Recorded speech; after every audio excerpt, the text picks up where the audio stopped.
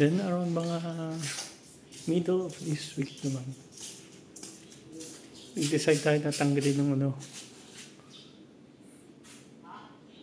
itong wallpaper. So, 3 kwarto tinanggalan na ng wallpaper. Dahil sa pagtanggal ng wallpaper, yung mga gamit, igit na, dami na yung mga gamit. Igit na yung mga gamit. Dami. Wallpaper tinanggal. So, natanggal na to.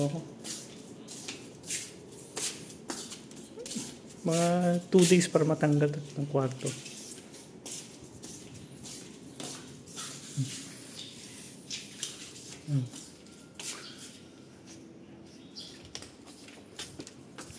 Ito, ganun din to.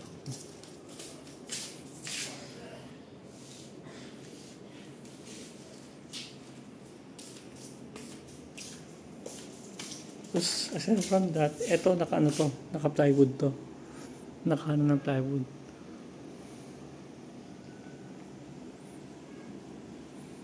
So, tinanggal din nila this week to, yung plywood, para ma-open tong sliding door. At, importante kasi ito diba? Kasi, kung may emergency, itong bintana, di makadaan ng tao. Kaya, importante buksan to. Para, in case may emergency, makakalabas dito at makatalon.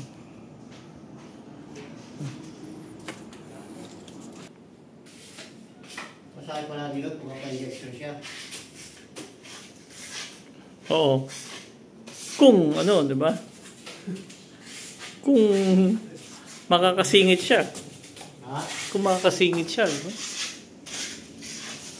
Kasi may pila yun eh. Mahaba pila. Kita dito dati sa health center, mahaba pila.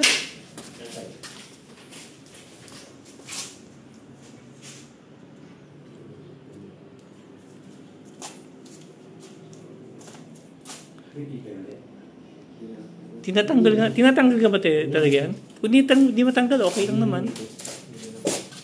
Flat yata. Ha? Flat girl. Flat ba? Tino mo? Ano? Wala nga, flat girl.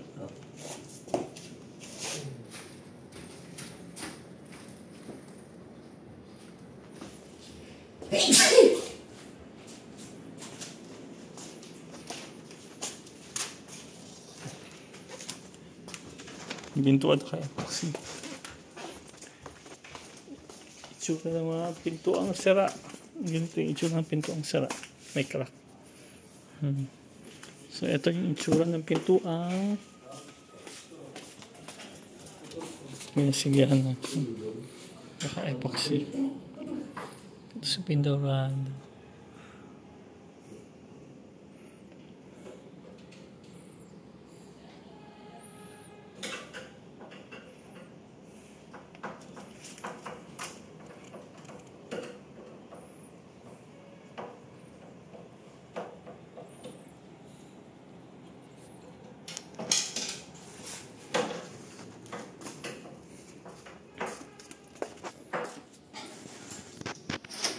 Tulong natatawin ano nagkaroon tayo ng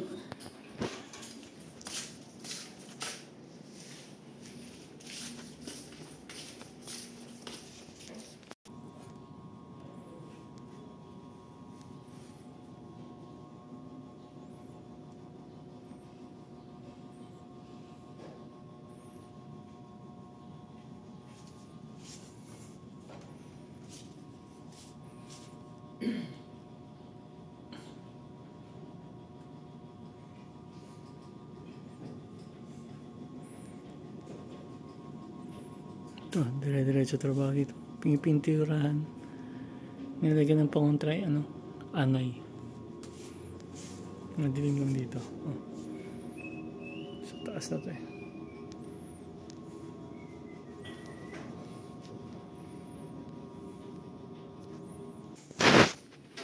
wala pang naipasok ka dyan. Wala na, may binapagdaan siya eh. Ito na, malaba na ito eh, kaunti na lang.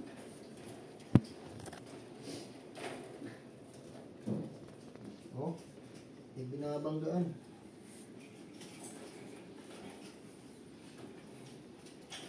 Di pa nga pumapasok sa dip eh.